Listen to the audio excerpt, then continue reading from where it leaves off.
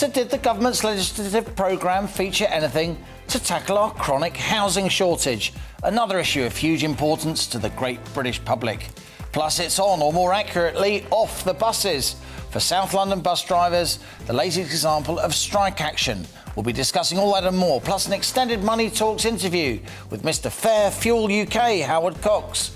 On the money, after the GB News headlines with Rosie Wright.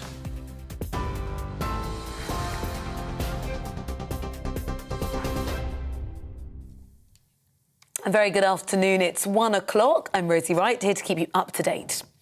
The Prime Minister has signed a historic security agreement with Sweden as the Nordic country considers joining NATO.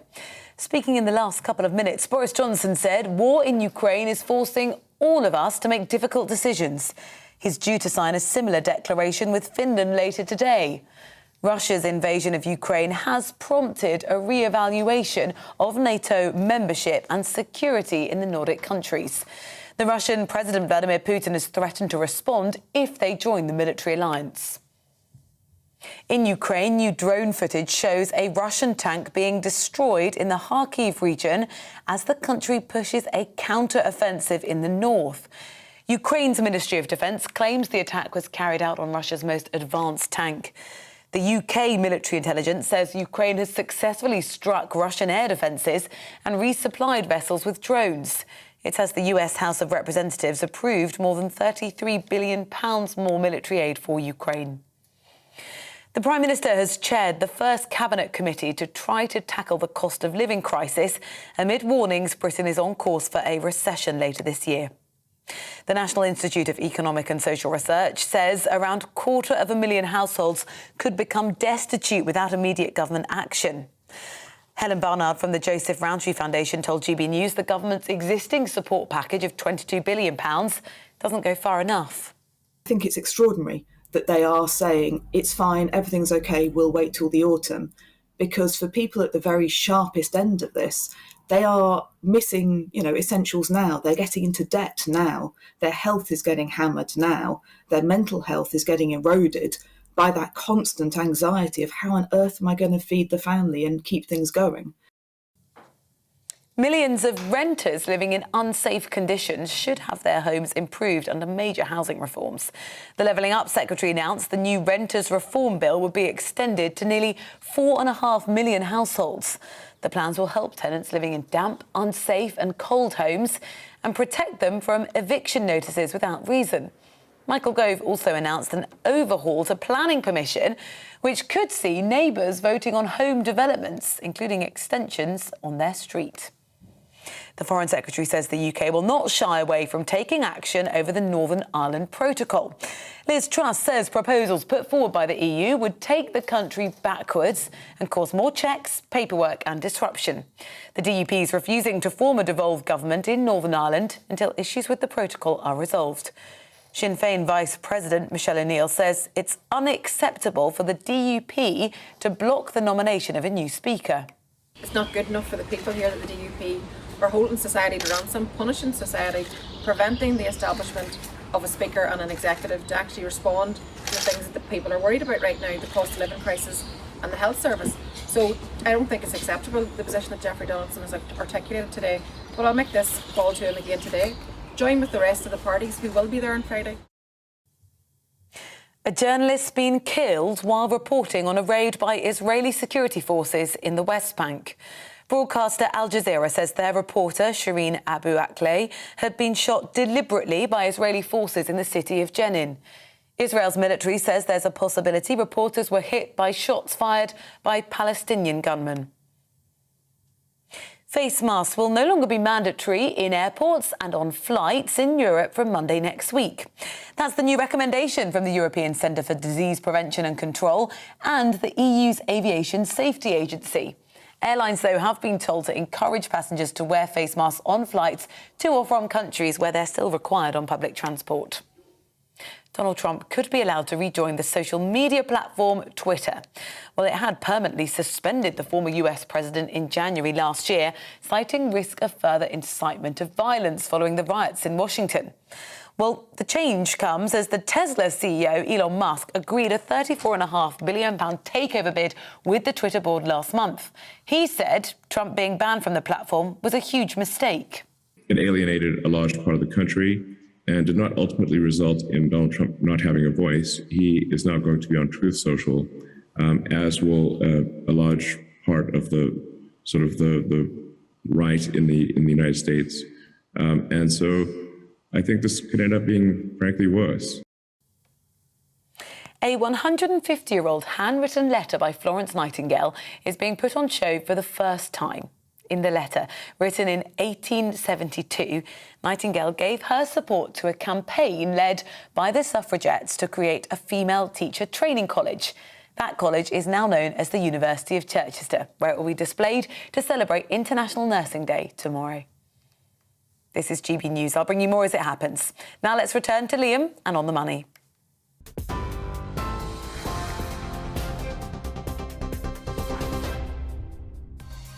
And coming up on The Money today, the Queen's speech proposals seem to do little for those trying to make ends meet during this cost of living crisis. So we'll be asking if the government's legislative programme features anything to tackle our broken housing market, addressing the UK's chronic housing shortage. We'll hold a detailed discussion designed to help those trying to rent, buy or access subsidised social housing.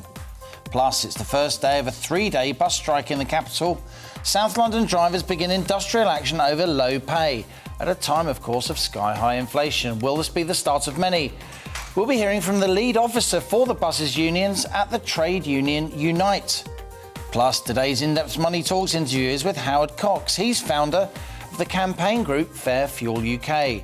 Howard stands up for what he calls long-suffering UK motorists, lobbying against levels of fuel taxation, but he also argues for a one-off windfall tax on the oil and gas giants.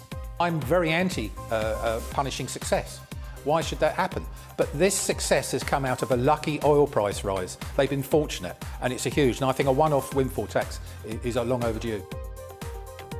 My Money Talks interview with Howard Cox, that's later in the show. And as ever, I want your questions, opinions, ideas. What do you think of the issues raised in today's On the Money? Email gbviews@gbnews.uk or tweet @gbnews. And don't forget to subscribe to our YouTube channel. I'll be reading some of your messages later in the show, so stay with us. This is GB News. I'm Liam Halligan, and you're On the Money.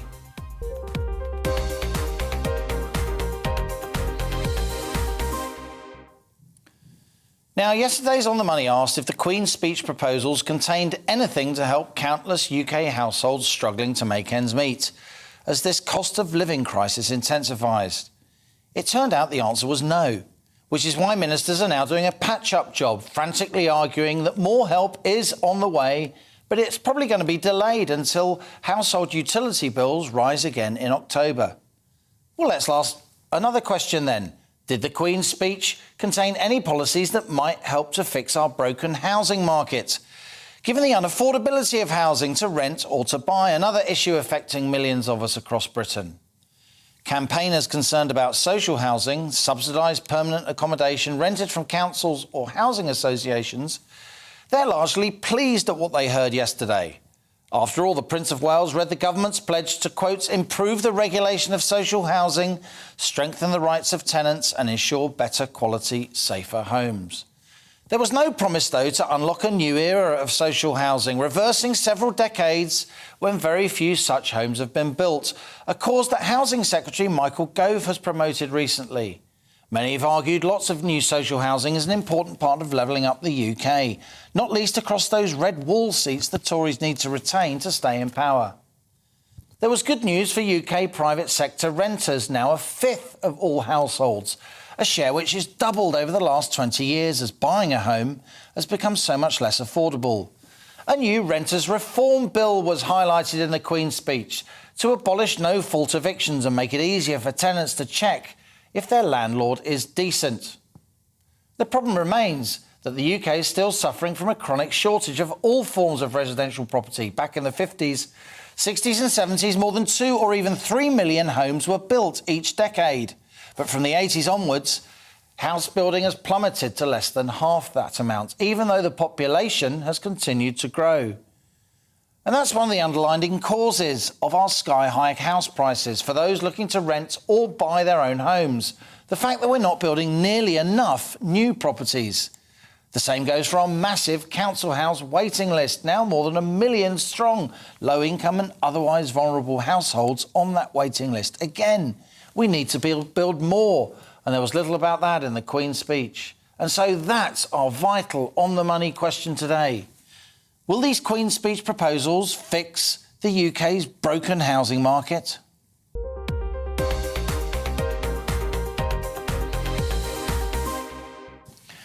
Grown-up conversations with people who really know their stuff. As ever today, I'm joined by Freddie Poser, director at the campaign group Priced Out. They're looking for an improved housing system, particularly for younger people. John Myers also is the co-founder of London YIMBY. That stands for Yes in My Backyard, as opposed to NIMBY, which is No in My Backyard. They campaign for more house building. And in the studio is Victoria Scholar, friend of the show, and she is head of investments at Interactive Investment. Great to have you with us, Victoria, as ever. Freddie, let's go to you. You've been very prominent, as has Priced Out in recent months. You're a regular on the money. What did you think of the Queen's speech? Anything in it that reassured you and your colleagues?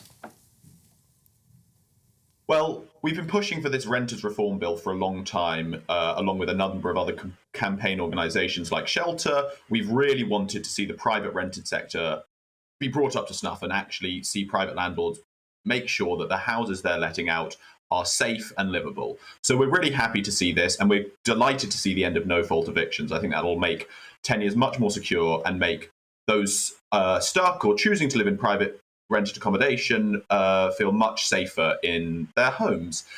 I don't think that the Queen's speech goes nearly far enough on planning reform or building more social or private houses. And I was very sad to see the government rowing back on their 300,000 homes target.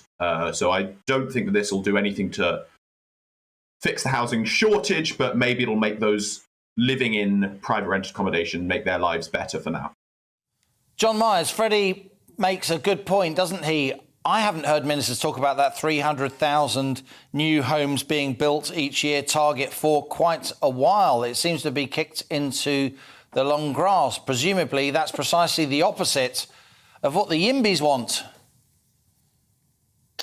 Well, as you know, Liam, we want more high-quality housing to get better places with the support of local communities.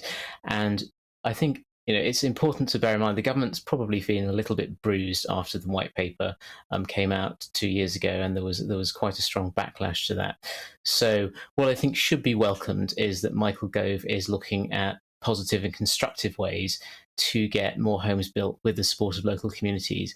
Now, obviously, the whole range of things that need to be done on the housing market, but letting communities, as is being suggested, go through trials of these street votes to decide to allow more housing on their street, whether it's extensions, whether it's granny flats, or whether it's something more ambitious, could add a significant number of homes. Nobody can know if it's going to work until we try it, but it seems that it's definitely worth trying, and there's a broad cross-party coalition that's come behind giving residents more power to say yes where they see the benefits for them and their community. Victoria, turning to you, John Myers just talked about that housing white paper. He's hinting at, and we'll get into the details of it later in the conversation, a really strong backlash from a lot of MPs, particularly Tory MPs. They don't want more housing in their constituency. A lot of their constituencies don't want it. Meanwhile, house prices, of course, given that fixed supply, pretty fixed, given increased demand to both rent and buy, prices are going up. Yeah, I mean, we've talked about inflation a lot, and clearly if you look at house prices, that's one of the starkest gauges of prices going up. Some of the latest data from Halifax points to average house prices coming in at nearly £290,000 now, which is a rise of almost £50,000 over the last 2 years. Clearly there's astonishing figures. Clearly there's a huge imbalance between demand and supply, and the inflation that we're seeing in terms of building materials and wages, all of that doesn't make that price balance. Of wood, the price of copper for plumbing, the price of labour for tradespeople to, brickies. chippies, all the rest of it. Yeah, all makes it so much more difficult. And, you know, recently we've had the stamp duty holiday, we've had very, very cheap money, and all of that has helped to propel demand. Those big house builders, though, they're still making huge profits. The listed companies, they still have massive margins. Yeah, we saw the likes of Taylor Wimpey and others see really, really good financial results lately. It hasn't been reflected in their share prices, but it's because of this housing boom. But there are questions about when this housing boom might end, because there could be a recession on the horizon. Interest rates are going up, so it could be starting to peak, but more because of subdued demand ahead rather than supply going up. Very interesting. Freddie, let's go back to you. I know that you guys at Priced Out, as indeed John Myers and the Yimbys, you follow parliamentary politics very, very closely. A lot of Tory backbenchers in particular have pushed back against the idea of top-down housing plans being imposed on local authorities, pushing back the number of homes that are being built. What do you think of this street votes idea? Do you think it could unlock more housing supply by perhaps making sure decision-making happens at the local level? I'd say I'm cautiously optimistic about street votes. I think certainly at this point, I'd really hope anything will add more supply. And I think making sure that local communities are involved is clearly necessary in this country. We're not going to have some top-down system. And street votes is really exciting that it brings people along with the process. It's not sort of consultation for the sake of consultation. It's really putting everyone, all the stakeholders in who are involved, and giving them an economic incentive to say yes. So I'm cautiously optimistic about street votes, and I really hope that the government puts some real trials out there and we can see positive results. John, the Tory party seem to have got to the situation they always get into on this debate. You get a housing secretary or a senior minister that says that they're going to fix the problem, and the constituency MPs push back. And of course, it's many Liberal Democrats and indeed Labour MPs too who have pushed back against house building in their constituencies. Do you think Michael Gove can be the person that does unknot this conundrum, if you like, who does manage to break the deadlock, who does manage to oversee a proper rise in UK house building to, as Victoria Scholar says, meet the demand? So supply actually raises to meet demand to keep prices reasonable.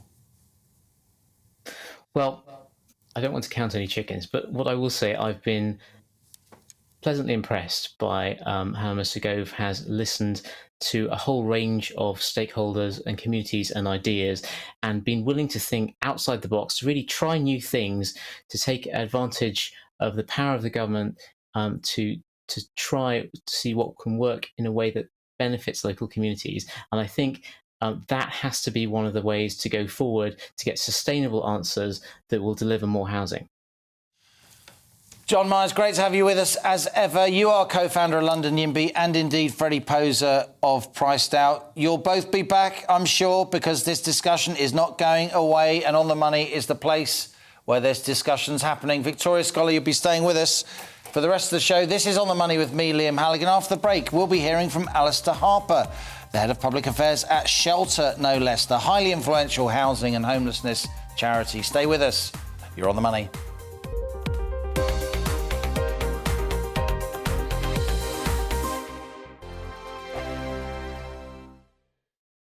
Hello, I'm Michelle Dewberry, and you can join me every weekday 6 till 7 on Jubes and Kerr. Me and my panel will get stuck right into the day's events, and I can tell you, in fact, I can warn you, expect some robust debates, some strong opinions and perspectives from both sides of the fence. It's about you at home as well. I love to read out all of your comments, or at least as many as I can. So join me, Michelle Dewberry, Monday to Friday, 6 till 7 on Jubes and Kerr. On radio, they call it the drive time slot, 4 p.m. until 6 p.m. as listeners head home. It's that part of the schedule when the dust of the day's events begin to clarify, and we try to make sense of it for you. Brazier is drive time for radio and TV. It's fast, it's punchy, it's opinionated, there's a Brazier angle and a little bit of levity. That's the question. That's two questions, actually. That's Brazier, Monday to Thursday, 4 till 6 on GB News. Hello, I'm Patrick Christie's. And I'm Mercy Moroki. Make sure that you join us Monday to Thursday, 10 a.m. until midday, right here on GB News for To The Point. We're not afraid to talk about the topics that matter to you or the big topics that always matter. We cover absolutely everything, from the breaking political stories of the day to law and order, what's going on in the channel. We're not afraid to hold people to account. We always make sure we include your views on our show. Indeed, if you're thinking it, you can guarantee that we're saying it. So make sure you join the conversation with us, 10 a.m. until midday, Monday to Thursday, for To The Point on GB News. I'm Dan Wootton. Join me Monday to Thursday from 9 to 11 for the feistiest and most fun news debate on TV, where free speech reigns. I'll bring you a sharp take on the day's biggest stories, bombshell newsmaker interviews, and A-list guests. And I guarantee you, no spin, no bias, no censorship, and no reason to go to bed. That's Dan Wootton Tonight, Monday to Thursdays from 9 on GB News.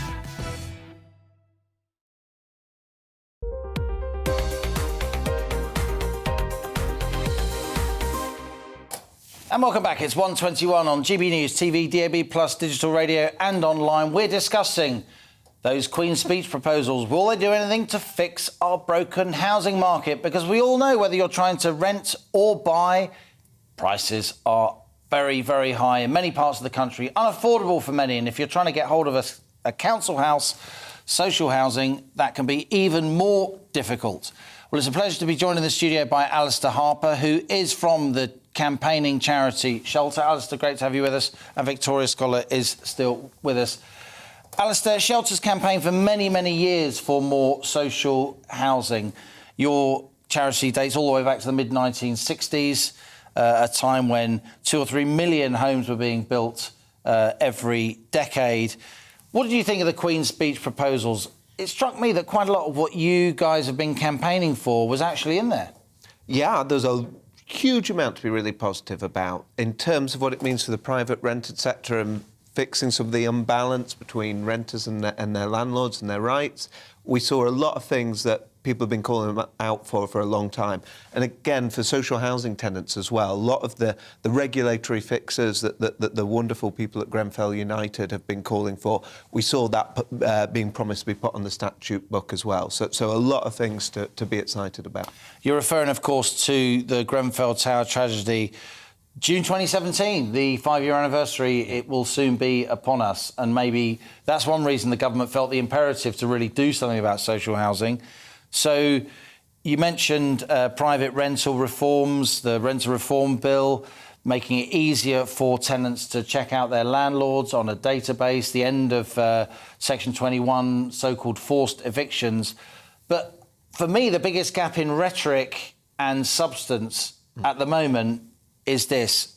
I watched Michael Gove at an event organised by Shelter just a couple of weeks ago make a speech, and it did attract a lot of media attention because here you had a Conservative Prime Minister who was calling for a big increase in the number of social homes being built. We've got 1.2 million strong waiting list, lots of vulnerable households there who want a council house.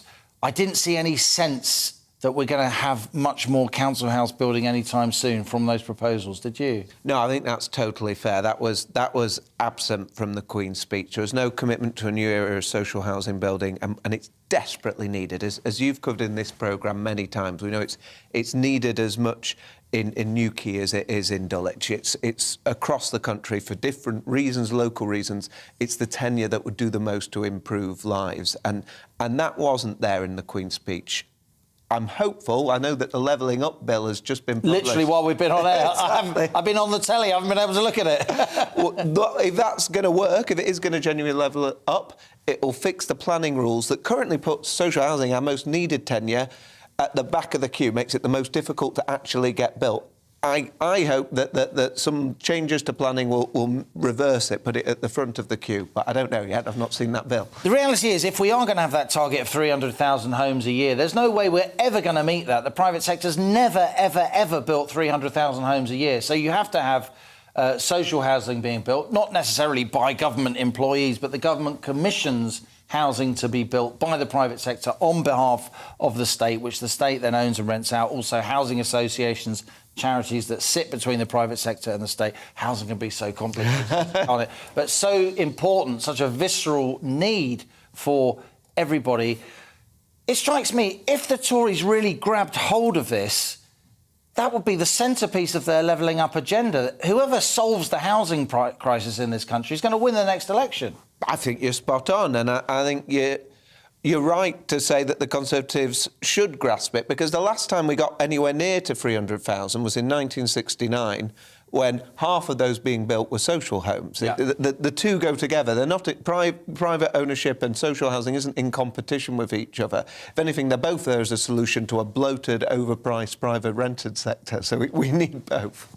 It's interesting, isn't it, Victoria, that here we've got a Conservative minister, kind of somebody who styles himself as a Thatcherite, really, and he's calling for more social housing.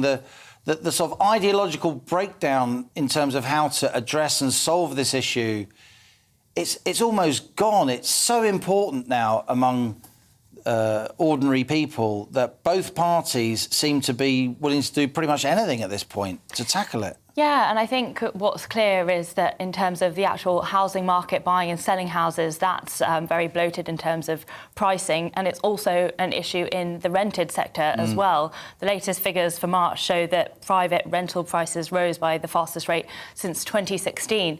So it's both portions of the market that are broken, and that's why it potentially needs a broad solution that goes from social to private housing and looking at all sorts of different solutions in tandem.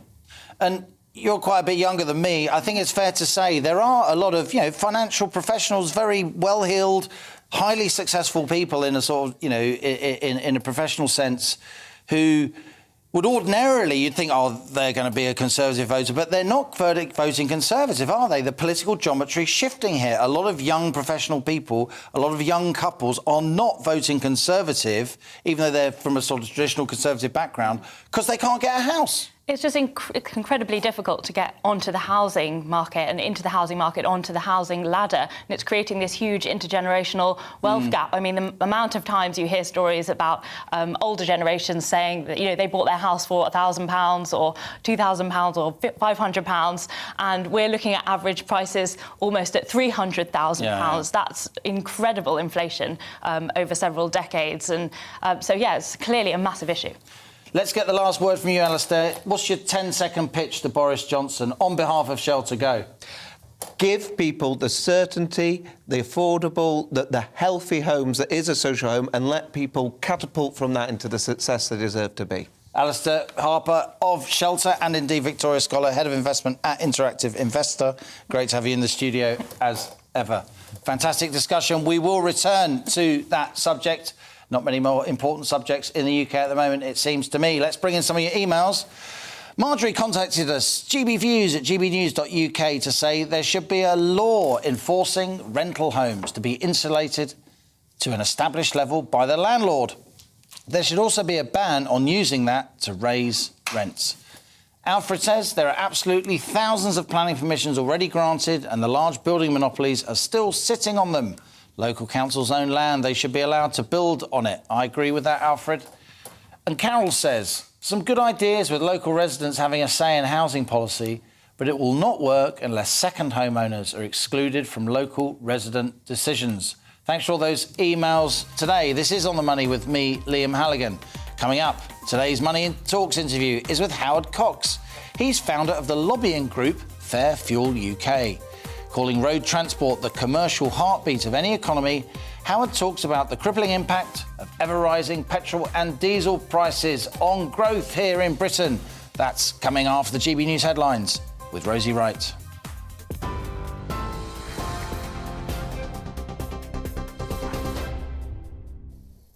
A very good afternoon. It is 1:30. I'm Rosie Wright, here to keep you up to date. The Prime Minister has signed a historic security agreement with Sweden as the Nordic country considers joining NATO. Boris Johnson says war in Ukraine is forcing us all to make difficult decisions. He's due to sign a similar declaration with Finland later today, as Russia's invasion of Ukraine has prompted a re-evaluation of NATO membership in Nordic countries. The Russian President Vladimir Putin has threatened to respond if they join the military alliance. The war in Ukraine is forcing us all to make difficult decisions. But sovereign nations must be free to make those decisions without fear or influence or threat of retaliation. So I'm very pleased today with you, Prime Minister Anderson, to sign this mutual security assurances declaration. The Prime Minister has chaired the first Cabinet Committee to tackle the cost of living crisis amid warnings Britain is on course for a recession later this year. The National Institute of Economic and Social Research says around 250,000 households could become destitute without immediate government action. Millions of renters who are living in unsafe conditions should have their homes improved under major housing reforms. The Levelling Up Secretary Michael Gove announced the new Renters Reform Bill is going to be extended to nearly 4.5 million households. The plans will help tenants that are living in damp, unsafe and cold homes and also protect them from eviction notices without reason. A 150-year-old handwritten letter by Florence Nightingale is being put up on show for the first time. In the letter that she wrote in 1872, the pioneering nurse gave her support to a campaign led by the suffragettes to create a female teacher training college. That college is now known as the University of Chichester, where it will be displayed to celebrate International Nursing Day tomorrow. You're up to date. We're on your TV, online and DAB+ radio. This is GB News.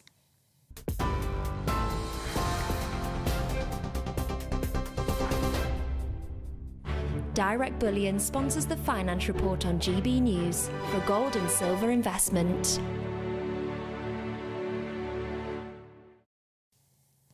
Here's a quick snapshot of today's markets. The pound is 1.24 to the dollar.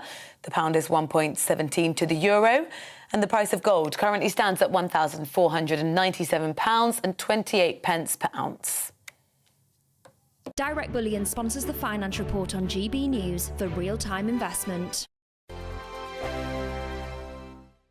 Hello, I'm Michelle Dewberry and you can join me every weekday 6 till 7 on Jubes & Kerr. Me and my panel will get stuck right into the day's events and I can tell you, in fact, I can warn you, expect some robust debates, some strong opinions and perspectives from both sides of the fence. It's about you at home as well. I love to read out all of your comments, or at least as many as I can. So join me, Michelle Dewberry, Monday to Friday, 6 till 7 on Jubes & Kerr. On radio, they call it the drive time slot, 4 p.m. until 6 p.m. as listeners head home. It's that part of the schedule when the dust of the day's events begin to clarify, and we try to make sense of it for you. Brazier is drive time for radio and TV. It's fast, it's punchy, it's opinionated, there's a Brazier angle and a little bit of levity. That's the question. That's two questions, actually. That's Brazier, Monday to Thursday, 4 till 6 on GB News. Hello, I'm Patrick Christie's. And I'm Mercy Moroki. Make sure that you join us Monday to Thursday, 10 a.m. until midday, right here on GB News for To The Point.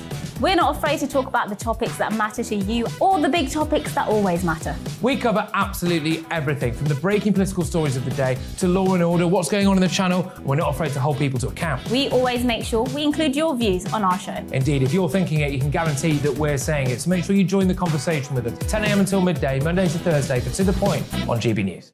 I'm Dan Wootton. Join me Monday to Thursday from 9 to 11 for the feistiest and most fun news debate on TV, where free speech reigns. I'll bring you a sharp take on the day's biggest stories, bombshell newsmaker interviews, and A-list guests.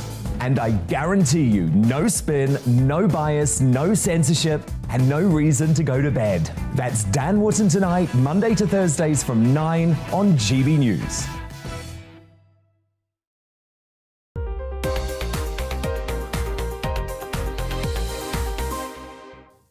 And welcome back, you're on the money.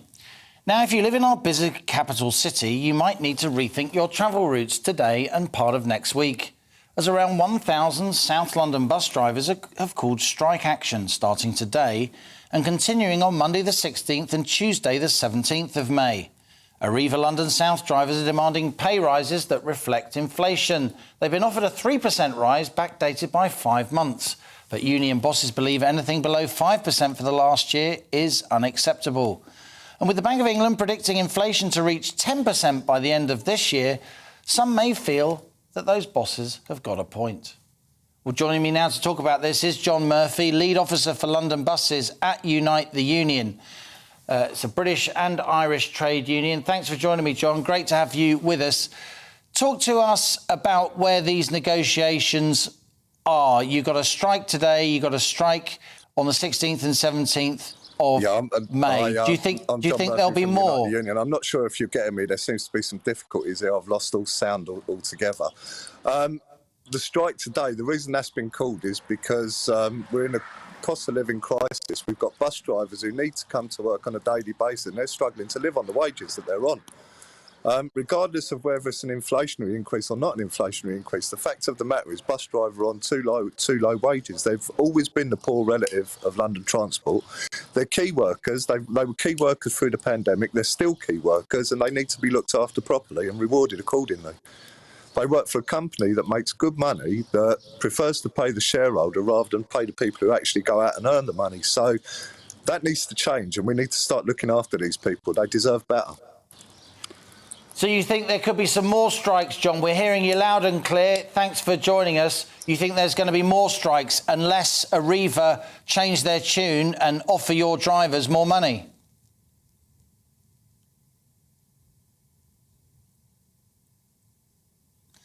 I think we've lost John Murphy there, who is the lead officer for the London buses at Unite the Union. We'll try and get him back. An important interview there, and we will try and bring that to you. Now, let's move on, because the cost of living crisis is already impacting millions of us. But new research warns that over 250,000 households in the UK will, quotes, slide into destitution as they struggle to cope with rising bills.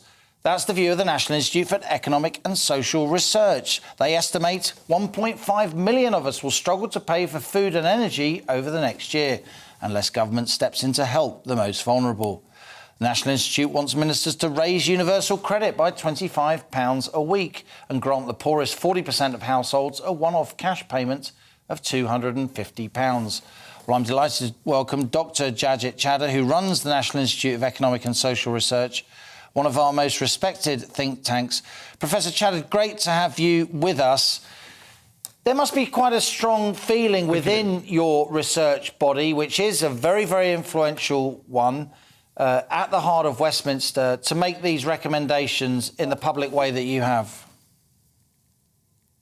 Thank you, Liam, and always a pleasure to come back and talk to you, particularly on the back of the analysis we've just done. Let me first apologise for the quality of the sound. I'm in meetings for which the reception is very poor, and I've managed to come up into another room to talk to you, but the reception is not great, so we may lose contact during the conversation. Absolutely.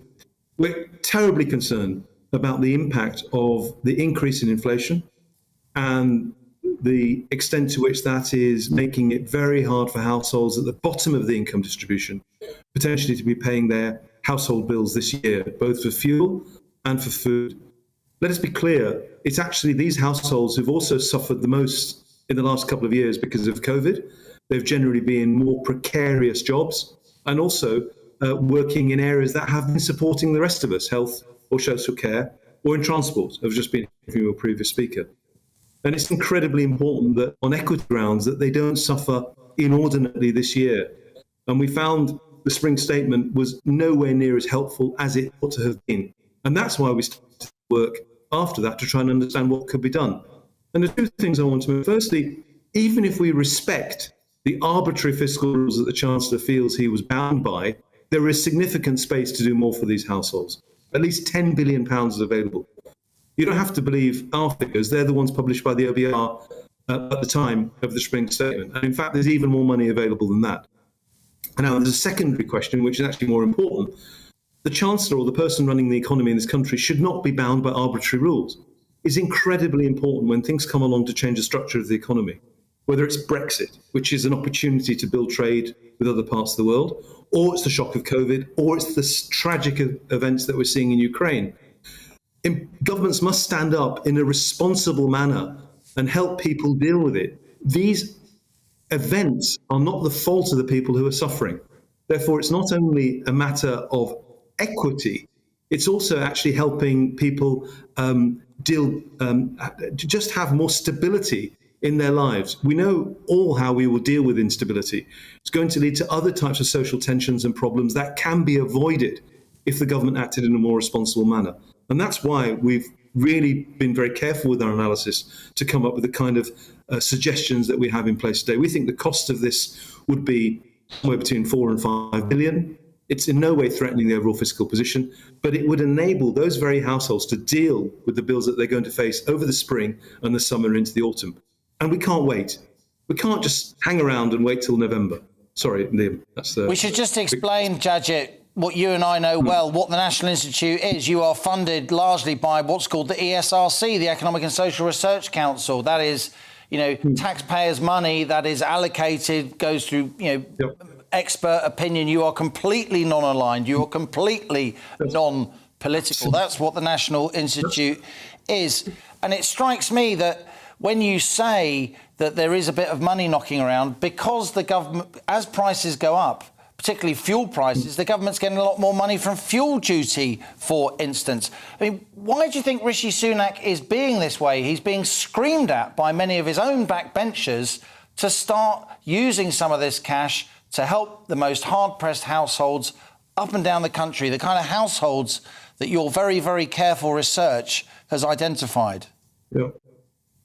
I can't answer or be very clear about the kind of political tactics that a politician may have in his mind. That's a question for the politician and his conscience. What's clear to us as looking at the economy is that something has to be done. Now, it could very well be that in the Treasury, there's a sense in which the fiscal rules have to be followed. And there's also, whenever you have a target, maybe you want to beat it. So if you have a view that debt has to come down by the end of the Parliament, if you have this extra boon through higher inflation, meaning higher taxes are coming in, you may decide to say, well, you know what, I can hit the target even earlier. But that target, as I've been saying for several years now, and you and I have had conversations along those lines, doesn't necessarily support well-being of people across the country. So it doesn't make sense to hit a target even earlier if it's damaging the prospects of people across the country. And the key point is this, Liam, it's not everyone particularly. During COVID, the household sector in the UK increased its saving by £200 billion. Let me tell you now, that was not driven by the people at the bottom of the income distribution. It was not driven by the kind of people we're trying to help here today. Actually, it was often driven by people like you and I, who were very lucky to have secure jobs that allows us to continue to have income coming in no matter what goes on. We're talking about people in a more precarious situation in their lives, for whom responsible government dictates more intervention and now than we're seeing. Very powerful intervention from Professor Jadjit Chadha, Director of the National Institute of Economic and Social Research. Great to have you on the show, Jadjit, as ever. It's time now for my daily interview series, Money Talks. And today's guest is Howard Cox. He's founder of the campaign group Fair Fuel UK. A pharmacologist by training, Howard built a successful career as a consultant to small businesses. But over recent years, he's teamed up with the Road Haulage Association to lobby against levels of UK fuel taxation. And in his own words, he likes to stand up for long-suffering UK motorists. So here he is, Howard Cox, my latest guest on Money Talks.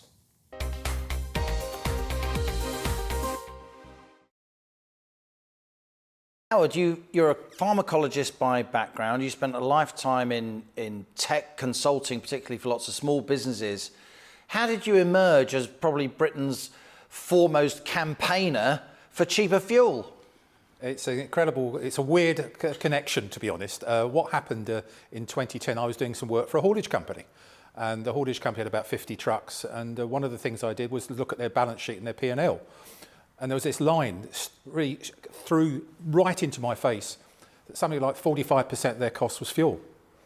And then I delved a bit further and I said, hey, this is ridiculous. How much is it you're paying that sort of money? And how much tax are you paying? At that point, they were paying 70% of that to the government. Yeah. And I thought, this can't be right. And I did some research to find out a bit more about it. And the haulage companies, I spoke to the Road Haulage Association and the Freight Transport Association, which is now called Logistics UK. And I asked them, why don't we get together and actually have a campaign to actually try and bring fuel duty down? Because the cost of running a haulage company and everything to do with logistics and the distribution chain was horrendous. And so that's how it happened. And I've passionately believed that we're still the highest tax drivers in the world. This government is actually just still using us as cash cows. I think I'm right in saying that about 55 or 60% of what we pay on the forecourt for our petrol and diesel goes straight to the government, which is high by international standards, as you say. We should disclose that your campaigning work, and it is pretty energetic, if I may say so, is backed by the Road Haulage Association. Can you tell us where you think we are historically in terms of the cost of living squeeze, the cost of fuel, the impact of rising prices on our economy? Well, it's very, very simple. Everything we do depends on road transport. Everything that's in this studio here, everything in everyone's office, everyone at home, once arrived on a truck, and that truck was fueled by diesel. And the cost of diesel, and this is an important point to remember, we're the only country in the world that has diesel higher priced than petrol. Every other country recognises diesel as the commercial heartbeat of any economy, and so it should be. And it's taxed less by those, especially in the EU. And one of the most important things for us to recognise is that any penny increase, 10p increase, and in the last year, 50% increase in the cost of filling your people's tanks, our own filling up at the pumps, has been a crippling effect on the economy. And we've seen it in inflation. Every time anyone mentions inflation, the next sentence is usually fuel prices have gone up. It's usually associated with that, as you full well know. Does this remind you of the 70s? You and I have been around for quite a while, Howard. I say that with respect. Does it feel like the 70s to you? Spiralling energy prices, rising inflation, increasingly fractious society, geopolitical concerns? Yes, to some extent. We had the Middle East crisis then, but we had inflation rates about 15 to 20%, those sorts of areas. I remember it well with the price of a mortgage. But nowadays, we're looking at something like 6-7%, and it's predicted the end of the year to be 10% in terms of inflation. Yes, in answer to your question, yes. I think it's worse because I think it's more political. How have the energy companies responded? I'm not talking about the people who provide energy to households for their utility bills. I'm talking about the oil and gas majors who actually pump the fuel and then distribute it via their networks of garages, particularly on motorways, service stations and all the rest of it. How do you think they've responded? For instance, Rishi Sunak, the Chancellor, he lowered fuel duty, didn't he, in his spring statement at the end of March. It was meant to be a cost of living help, assistance, taking 5p off duty for fuel. What actually happened? It's an interesting thing. I'd like to say that I can take credit for getting that 5p cut in fuel duty, working with people like Robert Halfon MP and Craig McKinley MP, that we managed to get 50 MPs to actually sign a letter which sent straight to Rishi's boss, Boris, and say, cut fuel duty by 5p. But here's the nub. We haven't seen it, have we? We haven't seen it passed on. We've just finished a survey, Fairfield UK, and we got 40,000 responses in 72 hours. And not one person that responded of that 40,000 said they've seen a 6p cut in fuel in their filling up price in one hit. And that's 5p plus VAT. That's why it's 6p.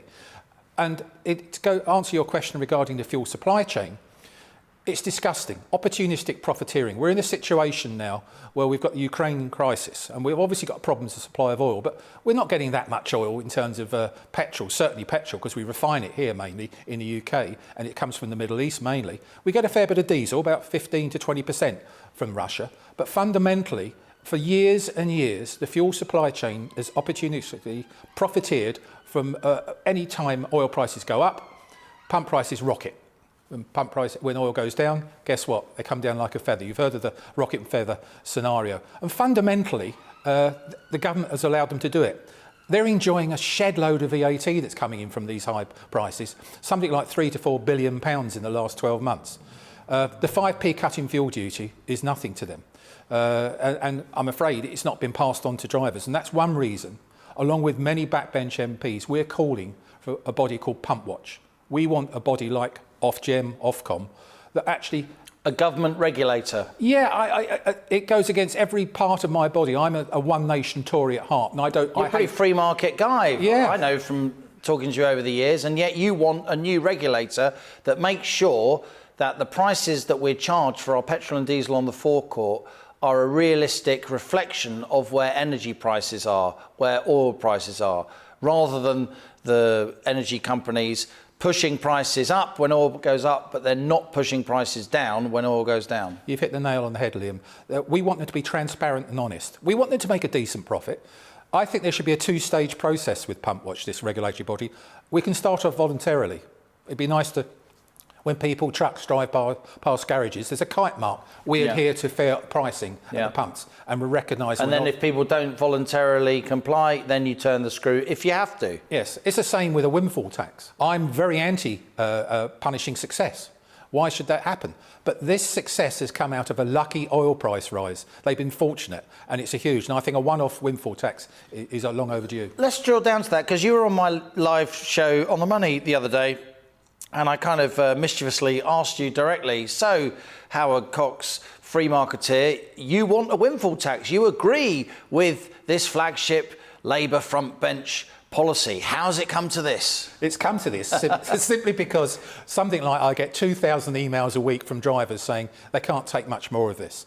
And I believe, provided this windfall tax doesn't go back, it's got to be hypothecated and put back into solving the cost of living. So the money is ring-fenced in order to lower fuel bills. We're taxing the oil and gas companies that drill and mine the energy in a one-off way, and that money goes directly towards helping cash-strapped households with their fuel bills, with their utility bills. Especially low-income families who are suffering incredibly. People who have to use their car, they can't afford an electric vehicle. They've got probably the older vehicles, which are probably Euro 4, Euro 5 vehicles. So they use more fuel. Exactly, and they're probably giving out more emissions, but they're not being incentivised to move to cleaner fuels. What they're doing is being punished at the pumps and punished with taxes and punished with energy bills.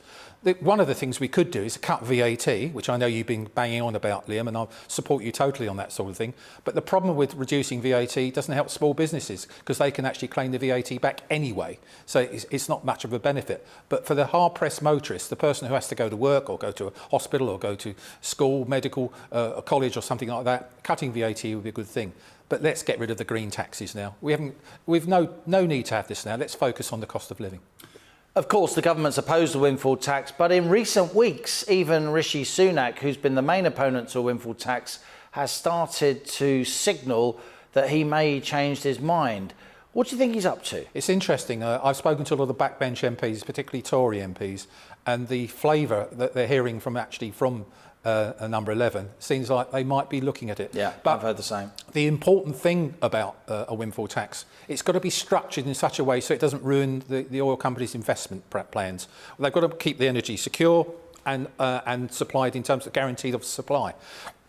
If they do that, I think they get a lot of support. We only need a one-off windfall tax. We don't have to do this on a regular basis. The important thing is to incentivise oil companies to invest, but also make sure that they stop this fleecing of their customers, i.e. drivers. You are instinctively a Conservative, Howard. I think that's fair to say, and yet you are pretty critical of this government. When you look at a lot of the policies they're putting forward, particularly the net zero policies, do they strike you as Conservative policies? Do you think they should be scrapped completely? Do you think they should be slowed down? Or do you think that the government's got them roughly right? They have no way they got this right. Net zero is actually a fashion. It's become a cult approach by this government. This is the most unconservative government I've ever met, or been party to over the years. In 2019, just before the election, I actually wrote an article for The Sun which answering the question, which party is the best friend of drivers? And I said the Tories, obviously. I went through this whole process. It went down well. I regret writing that article. They are not the friend of drivers. We've got so many punitive policies hitting drivers right across the country, and local authorities following the various leads. And unfortunately, we've got ultra-low emission zones, low traffic networks, we've got congestion charges, we're still the highest tax drivers in the world, despite that 5p cut in the spring statement. And fundamentally, it's about time the 37 million UK drivers got some support here. And that's one of the reason why Fairfield UK is going to continue to campaign. I do have a lot of backbench support for Fairfield UK's approach. And I know Boris Johnson and Rishi Sunak are very aware of my campaigning efforts. Because, of course, for many people who live outside the cities, even if they live in towns or even small cities, public transport just isn't there. They need their car to make a living. Absolutely right. And there's the little thing matter of it's a freedom of choice. Why should we be forced into various approaches? Now, obviously, I've come up to this interview today by train. It's brilliant. I love it. I came across by underground. It worked wonderfully well. Not a problem. But we're in central London. It's easy. But your point is valid. Where I come from in the country, after about 8 o'clock, there's no more buses. My daughter can't go to a nightclub that's 10 miles away. You know, good old taxi mum and dad has to go and pick her up. Those are the sorts of things we've got out there. And people need their car to go to various places, especially you're looking at people going to hospitals, for example. So many people with diabetes, so having insulin and dialysis and that sort of thing, that write into me saying they cannot go on the bus. They have to keep clean and sterile and all the things they have to do to get to these places. And they're being told to get on a bicycle and get onto a cycle lane. We don't have cycle lanes in the countryside. We have narrow lanes and we have bus stops, which are very rarely used by buses. That was my encounter with Howard Cox, founder of the campaign group Fair Fuel UK, and you can listen to the full-strength 25-minute version of that interview now on my Money Talks podcast on the GB News YouTube channel or via the GB News app. That podcast has a host of interviews with business leaders over the last few months. All we got time for today. Thanks for joining me. I'll be back tomorrow at 1 p.m. because this is GB News. I'm Liam Halligan, and that was On the Money. Hello, I'm Aidan McGivern from the Met Office. A wet day for parts of England and Wales. Much needed rain, but feeling cool under that persistent damp weather. Showers further north, although interspersed by sunny spells. The weather unsettled at the moment with a westerly airflow and a weather front pushing into parts of Wales and the southwest. Earlier in the day has brought some persistent rain, but by early afternoon that's bringing the main thrust of wet weather into the Midlands, parts of eastern England as well as central southern England. Heavy rain at times, a breeze along the English Channel and the southeast, staying dry just ahead of the rain there for a time.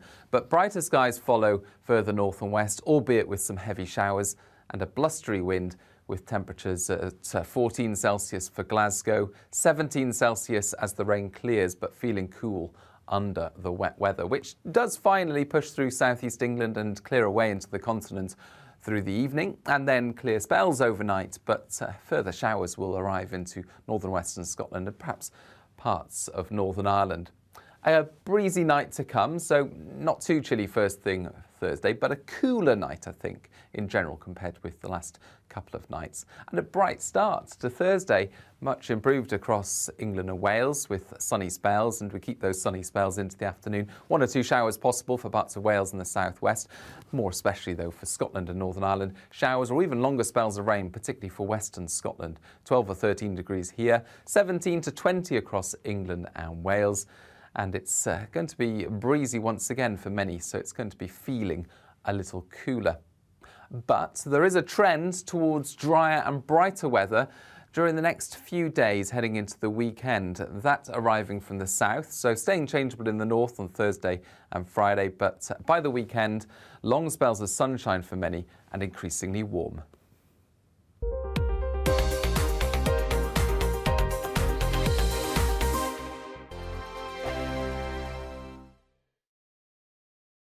Hello, I'm Michelle Dewberry, and you can join me every weekday 6 till 7 on Jubes and Kerr. Me and my panel will get stuck right into the day's events, and I can tell you, in fact, I can warn you, expect some robust debates, some strong opinions and perspectives from both sides of the fence. It's about you at home as well. I love to read out all of your comments, or at least as many as I can. So join me, Michelle Dewberry, Monday to Friday, 6 till 7 on Jubes.